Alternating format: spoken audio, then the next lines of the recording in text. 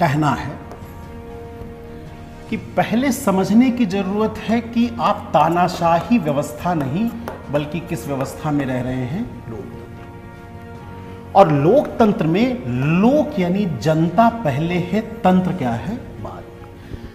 तंत्र के लिए लोक नहीं है, लोक के लिए क्या है, तंत्र है। और उनका कहना है अगर तंत्र यानी पुलिस अपराध को रोकने के नाम पर लोक को नियंत्रित करने लगे तो उसका परिणाम बहुत ही क्या होगा, बुरा। विनय सिंह को अपराधी से तो पुलिस बचा ले, पर अगर पुलिस अपराधी हो जाए तो विनय सिंह को कौन बचाए। विनय सिंह कोचिंग चलाते हैं और कोई अपराधी मुझसे वसूली करने लगे तो मैं पुलिस के पास चला जाऊंगा, पर कल को पुलिस ही अपने अधिकारों का कर ले और निरंकुश हो जाए और विनय सिंह से पैसा वसूलने लगे।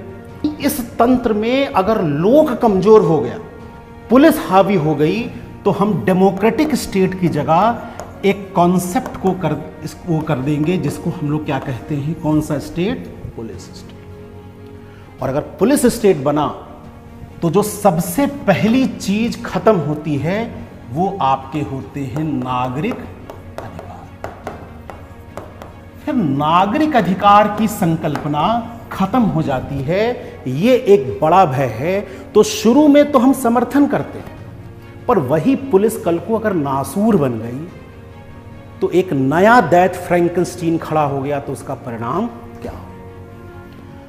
दूसरा पॉइंट कहा जा रहा है कि डेमोक्रेटिक स्टेट में एक संस्थाओं का महत्व होगा।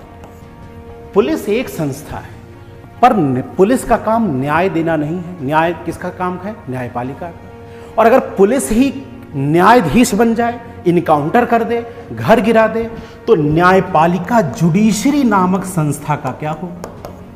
और यह जुडिशरी संस्था ही फंडामेंटल राइट्स को सुरक्षा करने का सबसे बड़ा क्या होती है, फैक्टर। यानी संस्थाओं का औचित्य खत्म हो जाएगा। पुलिस अपने में जुडिशरी बन जाएगी, प्रशासन जुडिशरी बन जाएगी, और जब जुडिशरी बन जाएगी तो आर्टिकल 21 में क्या कहा गया था कि किसी के जीवन को विधिक प्रक्रिया से ही लिया जाता है। प्राण व जीवन की स्वतंत्रता, राइट टू लाइफ का मतलब क्या है कि हमारा जीवन तुम लो, लेकिन विधिक प्रक्रिया से लो, कानूनी प्रक्रिया से लो। तत्काल इनकाउंटर कर देना शुरू में अच्छा लगता है, पर ये लॉन्ग टर्म में सिस्टम के क्या होगा, अगेंस्ट होगा। तो ये जो संस्थाओं के सामने संकट आ रहा है, ये संकट कैसे हल होगा, इस पे दूसरा इस पे क्या है, आर्गुमेंट। और तीसरा आर्गुमेंट जो कहा जा रहा है, जो इसके विरोध वाले लोग हैं, वो जो तीसरा आर्गुमेंट कह रहे हैं ये अगर ब्रोकन विंडो थ्योरी जो है, कहीं ऐसा तो नहीं कि ये भी रेसिस्ट हो, यानी यहां भी भेदभाव हो रहा हो, किसी धर्म विशेष और जाति विशेष पर ज्यादा कार्रवाई हो रही हो और किसी धर्म या जाति पर कार्रवाई नहीं हो रही।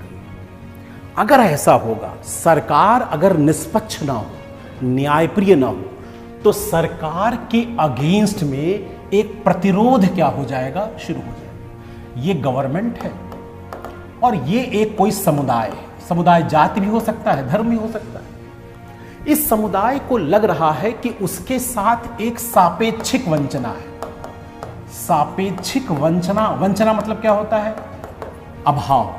वंचना का मतलब क्या होता है, अभाव होता है।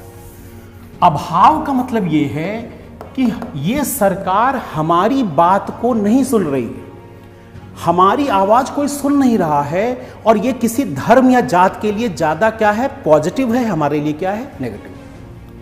तो पहले ये सरकार पे अपनी आवाज पहुंचाना जाता है, और लोकतंत्र में कहा जाता है वॉइस एंड चॉइस, दो चीजों की महत्ता है। हमारी बात सुनी जाए, हम किसी भी समुदाय के हों, और हमें चुनने का अधिकार हो कि हम क्या चुन रहे हैं। आप बताइए, अगर ये सरकार तक इसकी बात ना पहुंचे, इसका चुनाव ना पहुंचे, तो ये समुदाय सरकार से अलग होगा, और ये एक तरह से समाज में अलगाव की भावनाओं को क्या करेगा, बढ़ावा देगा, और सामाजिक समरसता को खत्म करेगा, बंधुत्व को खत्म करेगा, और समाज में तनाव को क्या कर देगा, बढ़ा देगा।